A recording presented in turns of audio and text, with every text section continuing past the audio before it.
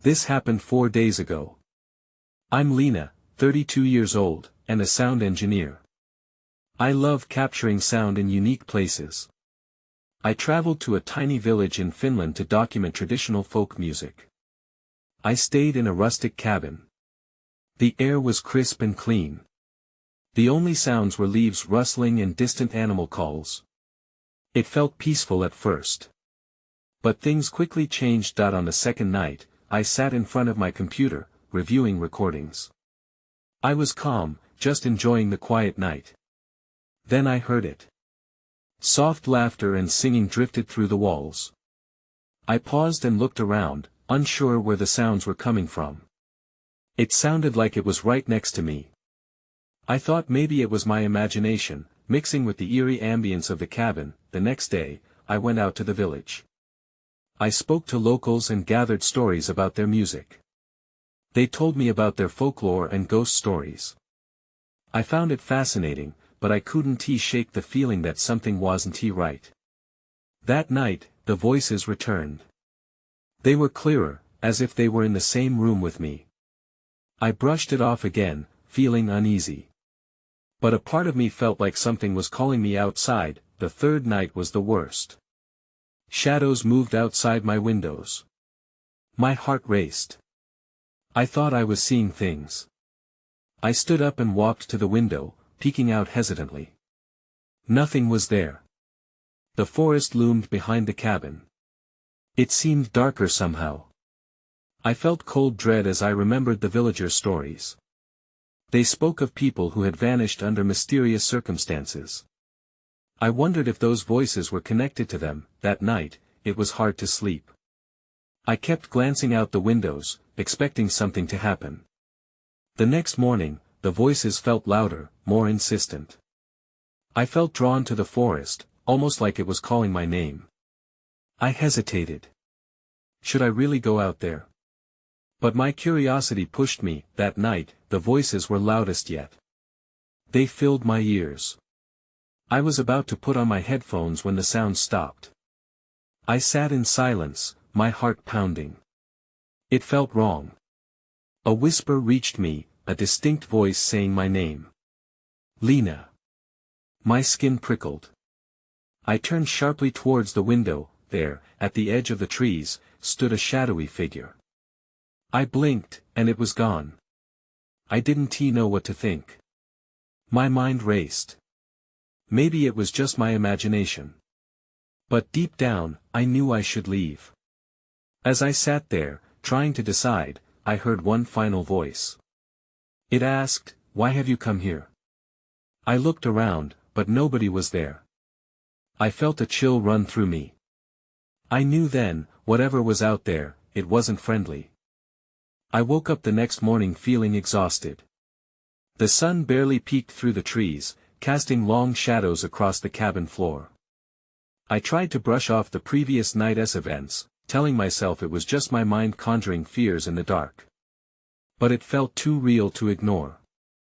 I packed my recording equipment, debating whether to leave or stay another night. After breakfast, I made my way into the village once again. I wanted to talk to the locals about the stories they told me. Maybe they could explain what I had experienced. As I approached the small market, I noticed a group of villagers whispering together, casting glances my way. Their faces were serious. I approached an older man named Arrow, who had shared a lot of folklore with me before. "Arrow," I asked, "do you believe in ghosts?" He looked at me, the corners of his mouth tightening. "Some things here are best left undisturbed." His eyes flickered toward the forest. I felt a chill run up my spine. Last night, I heard voices. Children laughing, singing, and then I saw something at the edge of the trees. The atmosphere shifted. Arrow's face went pale. "You should leave, Lina. The forest holds memories. Some are happy, but many are sad." "Sad?" I frowned, unsure how to interpret that. "What do you mean?" He hesitated, glancing at the others who had gathered nearby. "There have been disappearances. People drawn into the woods by voices, by something that seems inviting but is not." His tone was grave, and my nerves flared that I thanked him but didn't by his warnings. I felt an insistent pull to the forest, a mix of fear and curiosity battling within me. As the afternoon wore on, I grabbed my equipment and decided to venture out into the trees. I wanted to understand what was happening, even if it meant walking into danger. Stepping deeper into the woods, the air turned cool and thick, wrapping around me like a blanket. The calls of distant birds faded, replaced by an unsettling silence. I focused on my recordings, hoping to capture the strange sounds I'd heard. I walked further, eyes scanning the ground and trees, listening intently. Then, I heard it. A soft whimper, followed by laughter, echoing through the trees. Lina, the voice was clear and distinct. My heart raced. It wasn't just the wind or animals that I turned in circles, trying to locate the source. Hello. I called out, but got no response. Instead, the laughter grew louder, more frenetic. It surrounded me, leaving me breathless. I instinctively stepped backwards, but tripped over a root and fell to the ground. That's when I saw a shadow darting between the trees, just out of reach. Dark and ephemeral, it disappeared before I could react. I scrambled to my feet, getting ready to run. The laughter faded, replaced by an unsettling silence, as if the forest was holding its breath. Adrenaline surged through me. I needed to escape. But as I turned to leave, a chilling thought struck me: what if I wasn't alone? The laughter echoed in my mind, a reminder of something deep and haunting. I sprinted back in the direction of the cabin, but I could feel eyes watching me from the shadows. That I was almost at the edge of the trees when I heard the voice again. It was clearer now, a child's voice, asking, "Why are you leaving?" I stopped dead in my tracks. I knew I should keep running, but I felt rooted to the spot, a mix of fear and curiosity pinning me down. My heart raced. The child's voice lingered in the dense air around me, wrapping around my thoughts. "Why are you leaving?" It echoed with an innocence that felt all wrong in the present moment. I wanted to respond, to explain that I was afraid, but instead, I just stood there, frozen. "Who are you?" I finally managed to call out, my voice barely above a whisper. There was a beat of silence before the laughter returned, brighter and more inviting. It felt like it was coming from all directions. Without thinking, I stepped toward the sound. Curiosity tugged at me, urging me forward against my better judgment. I had a strange desire to see the child, to know what lay beyond the edge of the forest, even as a part of me screamed that it was a trap. I took a cautious step. The underbrush crunched beneath my feet, the noise feeling overly loud in the stillness. "Hello." I called again, hoping to summon whoever was hiding, but all I received in response was silence. The trees loomed around me, their twisted branches stretching like skeletal hands. I felt the shadow of the previous night's fear creeping back in, but this time, mixed with an unsettling curiosity. Maybe it was a trick of the wind. Perhaps my imagination was getting the best of me, fueled by the tales I had heard. Then, I caught a glimpse of movement out of the corner of my eye. A flicker, a flash of something yellow amidst the green. My breath hitched. It was gone before I could fully register what it was. I hesitated. Should I keep moving or turn back? But the whispers pulled me deeper. Something was compelling me to stay. I felt a connection, almost a bond with that voice, like it was calling me home. Then, I remembered Arrow's warning, the hushed tones of the villagers. Disappearances. I shook my head, trying to clear the haze of enchantment that surrounded me. There was something not right about this place, and I couldn't forget that. Just as I turned to leave, an overwhelming chill washed over me. I felt the air thicken, the sort of heaviness that's hard to shake off. Why was it so cold? Trembling, I faced the way back, determined to escape whatever was creeping into my psyche, but then, I spotted something at the base of a nearby tree, something white and crumpled. I knelt down, feeling a mix of fear and trepidation. As I reached for it, I recognized it as a piece of fabric, torn and weathered. A child's shirt. Suddenly, I felt a jolt of dread.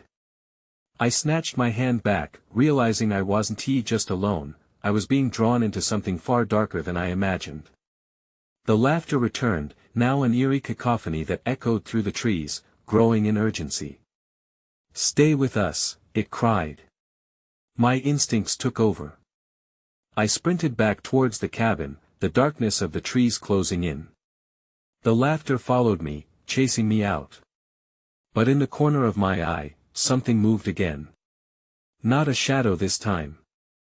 A figure, a child with wild hair and sunken eyes stared back at me.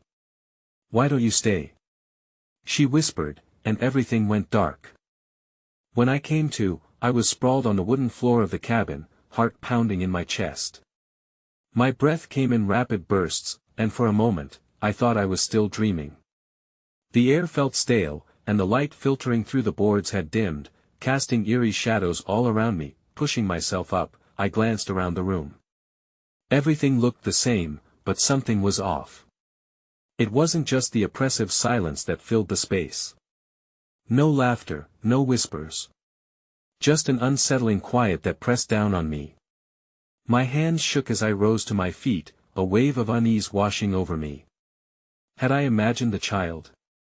Was it all a trick of my mind? I took a tentative step toward the door, afraid of what lay beyond, but I had to know. I needed to escape the stifling feel of this room, the chilling memories of that moment in the forest. As I opened the creaking door, a gust of wind blew past me, almost impatiently nudging me along. Outside, I felt the weight of the trees heavy on my shoulders. The forest seemed to have changed, the shadows stretched long and wild. It was as if the woods conspired to bar me from the path I had just taken. I took a deep breath and stepped out, the cold air biting at my skin. Each footfall echoed louder than the last as I walked back toward the clearing. But instead of laughter, I was met with nothing, just the rustle of leaves and my frantic heartbeat. Then I saw it, something bright and yellow peeking out from the underbrush again.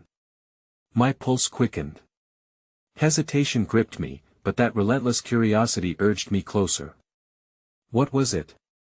I pushed through the thick brush, each step heavier than the last, until I was face to face with a small, tattered ball.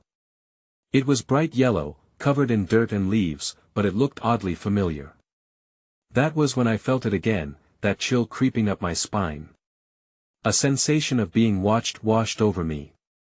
I spun around, half expecting to see the child's figure again, but there was nothing, just the swaying trees and the whispers of wind. "Why do you wander?" echoed through the branches, a voice that sent a shiver down my spine, but I knew it wasn't the innocent call of the child anymore. This was something else, deeper, darker. That I turned to leave, clutching the ball tightly, but my body felt heavy, as if it were anchored to the spot. It was hard to think clearly. I couldn't shake the feeling that I was being drawn back into the woods, back toward whatever malevolent force resided there.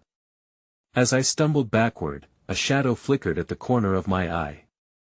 I whirled around, but no one was there, just the wind rustling the leaves. That's when I heard it again, a child's laughter, soft but chilling, weaving through the trees like a sinister melody. "Just stay a little longer," it called. That I broke into a run, adrenaline coursing through me. But then something caught my foot, and I fell to the ground, the ball rolling away from my grasp. In a blind panic, I scrambled to my feet, frantically searching in the dim light, and that was when I saw it, a pair of eyes watching me from behind the trunk of a nearby tree, pale and unblinking. I felt the blood drain from my face. That I wasn't alone anymore. I froze, petrified by the gaze locked onto me. They glimmered in the dim light, devoid of warmth. Every instinct screamed at me to run, to escape, but my body was paralyzed, caught between fear and curiosity. "Who's there?" I managed to choke out. My voice was soft, almost a whisper. Silence answered my plea, heavy and suffocating. The laughter faded, leaving only the rustling leaves and my own ragged breaths.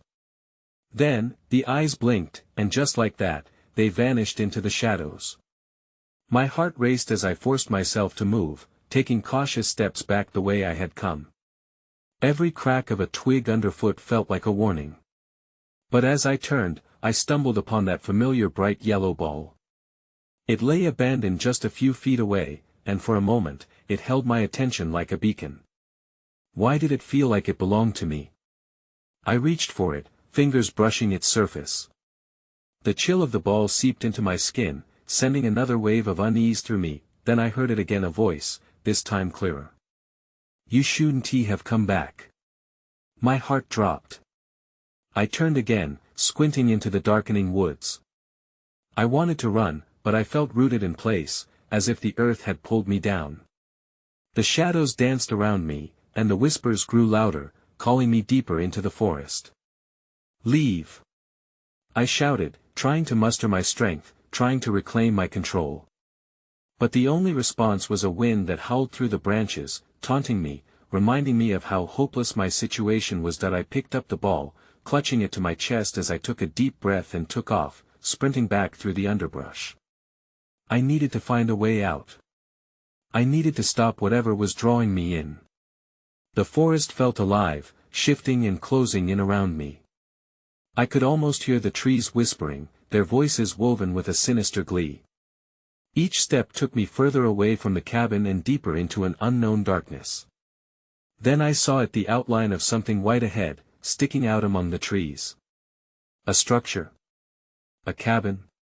Hope surged through me, but there was hesitation, a gnawing feeling that whatever lay ahead was not what I expected. That I approached the silhouette cautiously, my heart pounding louder with every step.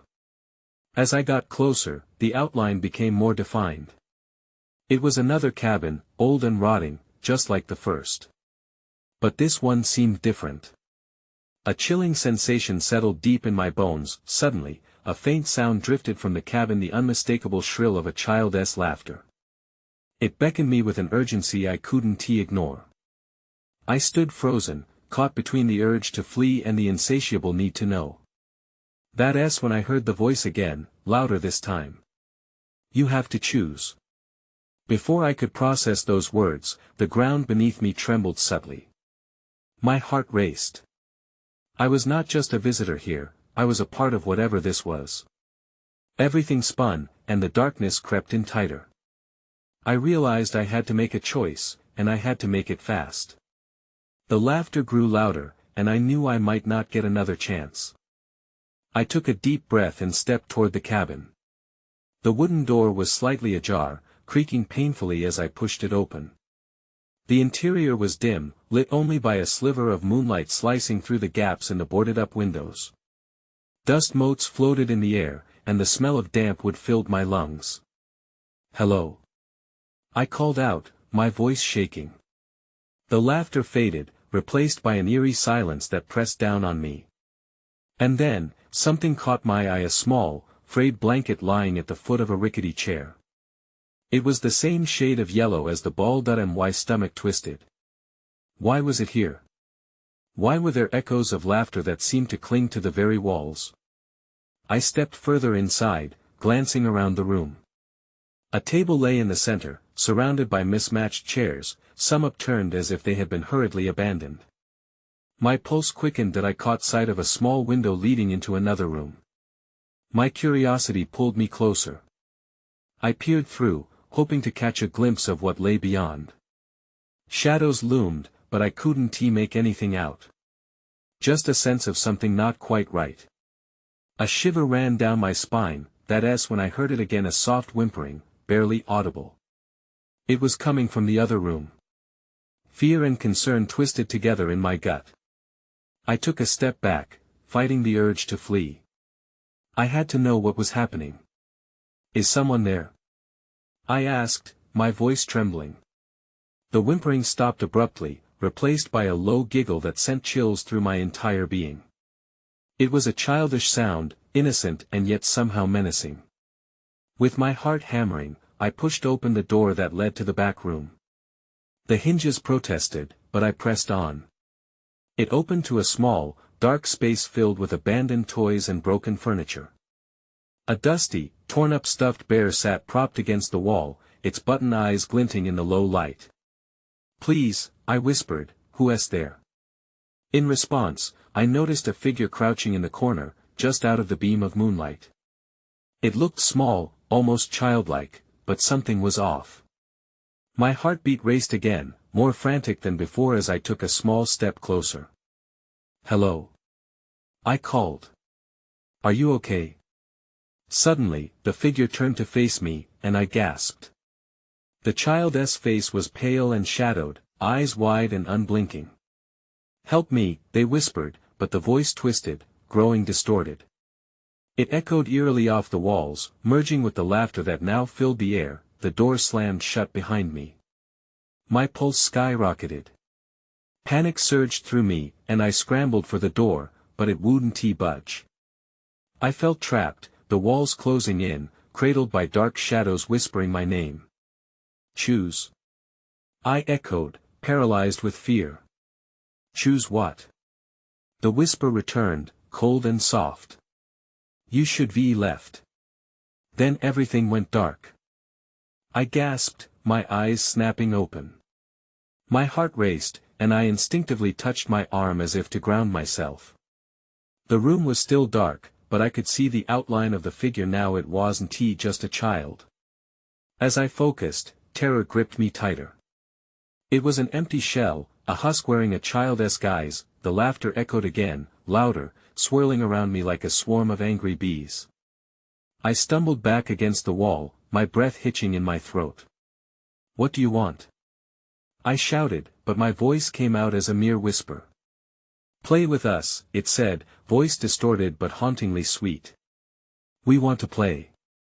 I turned and yanked at the door, but it felt locked in place, as if the very cabin had chosen to keep me there. From somewhere behind me, I could hear the sound of tiny feet scampering across the floor, the unmistakable tinkle of glass breaking into shards. I turned too quickly and lost my balance, falling onto the dusty floor. As I crawled back toward the door, the air around me thickened. I felt pinpricks of ice across my skin. "What are you?" I managed to choke out, scrambling to my feet. The shadow child took a step into the light, the hollow eyes fixed on me, shimmering with something dark. It held out a hand, fingers bent at odd angles. "Choose a game to play. They never leave this place." A shudder ran down my spine. What did it mean? The shadows loomed, forming deeper voids with every second that passed. I could hear whispers, words blending together into a maddening chorus. Suddenly, the sound of laughter erupted again, slicing through my thoughts. It was guttural, mocking. "You're part of the fun now. We'll never let go." I turned back toward the door, desperation fueling my movements. This had to end.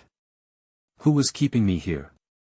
Something brushed past my leg, a fleeting warmth followed by an unnatural chill that gripped my heart. With one final shove, I threw myself at the door. It swung open, light spilling in from the outside weakly, as though it hadn't been opened in ages. I fell into the doorway, gasping for air. But the moment I stepped outside, the laughter stopped. The silence was deafening, broken only by my own ragged breathing. I looked back, half expecting to see the child standing there, but the cabin loomed ominously, empty and dark. Everything inside me screamed to run, but a nagging feeling held me back. Just as I turned to flee, I noticed something on the ground, a small, yellow ball, identical to the one from before. I hesitated, staring at it. That was no coincidence. I picked it up, and the laughter returned, louder this time, echoing from the depths of the woods surrounding me. The night air turned ice cold. What did I just walk into? I muttered, still clutching the ball. As I turned to run, I heard scratching at the cabin door behind me, a dreadful sound growing more frantic. Whatever had been trapped inside wasn't done playing just yet. Adrenaline surged through my veins as I bolted away from the cabin. The laughter echoed in my ears, intertwining with the rustling leaves and the soft crunch of twigs beneath my feet. I couldn't shake the feeling that I was being watched, that whatever was inside that cabin was now aware of my presence outside. The forest felt alive, but in an unsettling way. Shadows stretched and twisted unnaturally, and for every step I took, I could hear that chilling laughter following closely behind. It was as if the woods themselves were mocking my escape, daring me to venture deeper. Then I heard it again, a soft whisper on the wind. Come back to play. It didn't seem to come from any direction, but wrapped around me like a shroud. Panic surged once more, but I forced myself to keep moving. What did they want with me? I broke through the trees and stumbled onto a small clearing bathed in moonlight. It looked innocent enough, almost serene. In the center, an ancient-looking swing set swayed gently, creaking softly as though inviting me to sit. My instinct told me to avoid it, but something compelled me forward. As I approached, I noticed something glimmering at the base of one of the swings. I squatted down, my heart racing, and picked up a small locket. It was old and tarnished, but as I touched it, the laughter returned, a chilling reminder of the game being played. I snapped it open, revealing a faded photograph of a smiling child, the same child. I couldn't tell in the dim light, then, out of the corner of my eye, I saw movement. A flicker of shadow darted between the trees. I stood up and turned, my instincts screaming at me to flee, but my feet felt glued to the ground. It wasn't just a trick of the light, something was in the shadows, watching me. Play with us, a voice echoed from behind a nearby tree, laced with a sinister edge. The mocking tone of laughter returned, infectious in its wickedness. I spun around, clutching the locket tightly in my hand. "Leave me alone!" I shouted, the words escaping before I could stop them.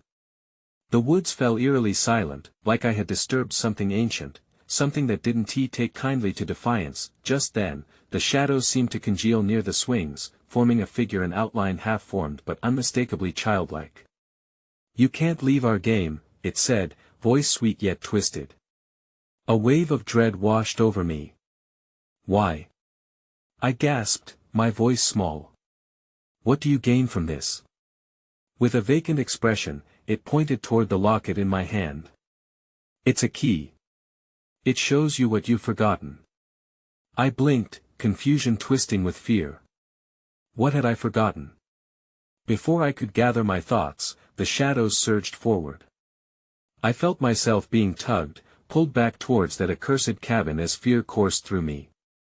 "No! Let me go!"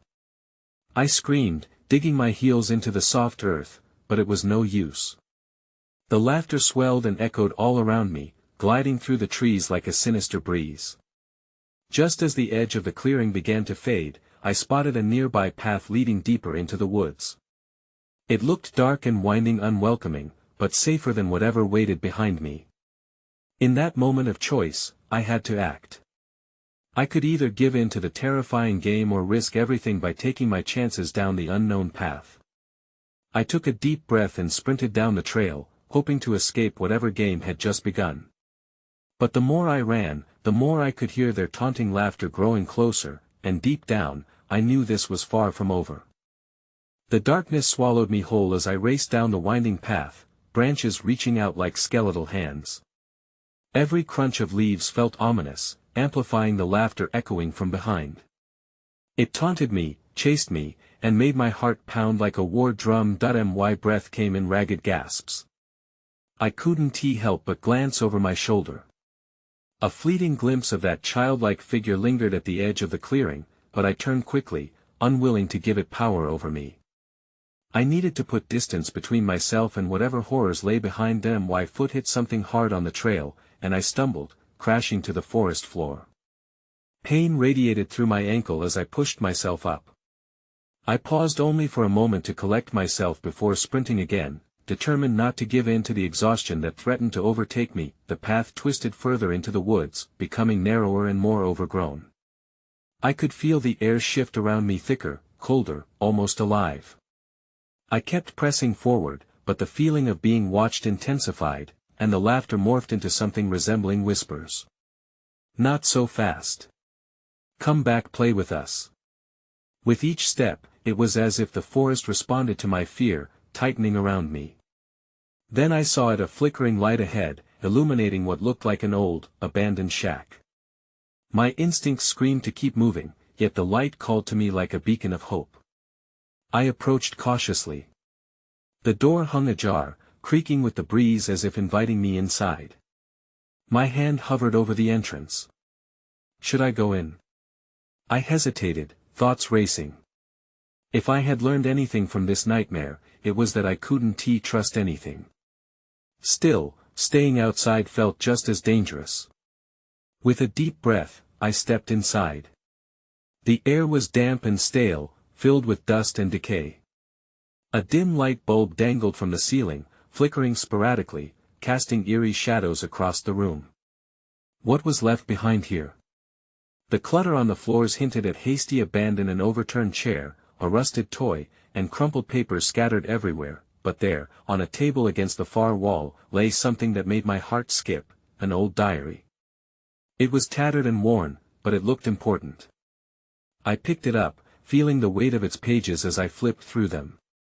Scrawled writing filled the pages, chaotic and frantic. Then my breath hitched. One name repeated itself, over and over: Lina. I froze, the whispers outside growing louder. You have to find her. Play along. The panic bubbled up again, twisting my stomach. Who was Lina, and what was her connection to this madness? Suddenly, the light bulb flickered and went dark. I was enveloped in pitch blackness. My heart raced as I heard the creaking of footsteps behind me. I turned slowly, dread pooling in my chest. "Let us play," a voice whispered softly, chilling my spine. My mind screamed to run, but the diary slipped from my fingers, thumping against the wooden floor. The shadows shifted around me, coiling like a predator ready to strike. I couldn't breathe. I had to know what would happen next. I had to confront what was hidden in the darkness surrounding me. My heart raced as I fumbled for the door. The whispers grew louder, chorusing in an insatiable rhythm: "Come play with us." Desperation clawed at my throat as I pushed through the shadows, but the door was stuck fast, holding me captive in that dim light. Breath hitching, I tried to remember the words in the diary, tried to channel the frantic writing into something coherent. Was Lina lost in this endless game? The laughter returned, persistent, mocking. I felt myself being pulled into the fabric of the room, stitching myself into its history of abandonment. That I closed my eyes, gripped myself against the darkness, and summoned all my will into a single thought: I had to reclaim my freedom. This isn't a game. I cried, my voice echoing back at me. You can't keep me here. The laughter stopped. For a moment, everything hung in tense silence. I opened my eyes. From the deep shadows swirled two small figures, ethereal and gaunt, their faces hidden but the outlines unmistakable. I recognized them, the children of the whispers. "You don't understand," one murmured, its voice piercing yet feather-soft. "We just want to play. Forever." "No." I spat with a fierce intensity, heart thundering in my chest. "I want to become like you. I want to stay." As if ignited by my defiance, the shadows surged forward, swirling, filling the space with tension. The air felt electric, charged with something ancient and furious. I pushed against the door again, creating a small opening. Outside, I could see the moonlight spilling through, illuminating the path that once seemed fraught with danger, now beckoning me like a lifeline. With renewed terror and determination, I wedged my shoulder against the door and slammed it open, stumbling out into the night air. The relief was overwhelming, but it didn't last. The children laughed, a high-pitched cacophony that twined around my thoughts. "You can't escape us, Lina." I ran, driven by blind instinct, tearing through the underbrush with branches clawing at my arms. The laughter pursued me, mingling with the rustling leaves. The forest stretched like an unforgiving labyrinth, yet the path felt familiar, and knowing that somehow guided me through the shadows. As I reached the edge of the woods, the village loomed ahead, inviting yet ominous. I broke free from the tree line, panting heavily, my mind racing with the last moments in that collapsing realm. I didn't look back. I kept running past the homes, their lights flickering like beacons, ignoring the strange glances from villagers who gathered near their doorways, but the moment I stepped foot into the clearing, something gripped my heart with dread. I had escaped the game, yet it lingered like a ghost over my shoulder. The familiarity of that laughter echoed in the night, now mixed with whispers that slipped beneath the skin of my awareness. "You belong to us, Lina. We're always with you. I collapsed on the porch of the inn, each breath a painful reminder of the shadows that now loomed in my mind. I wanted to tell someone, share the horror, the sacrifice, the inexplicable truth. But would anyone believe me? In the days that followed, I kept the yellow ball, a haunting remnant of the darkness I narrowly evaded. Sometimes, when I closed my eyes, I thought I could hear the faintest giggle from the depths of the forest, or feel the weight of those unblinking eyes watching me from afar. I moved to a different city after that, a last desperate attempt to escape the lingering whispers. But sometimes, I wonder if they still play in the woods, waiting for the next curious soul to wander too far, to come too close. The darkness never truly leaves. I guess I'll never truly know what pulled me into that realm or what fate befell Lina. The answers, like the forest, remain tangled in shadows.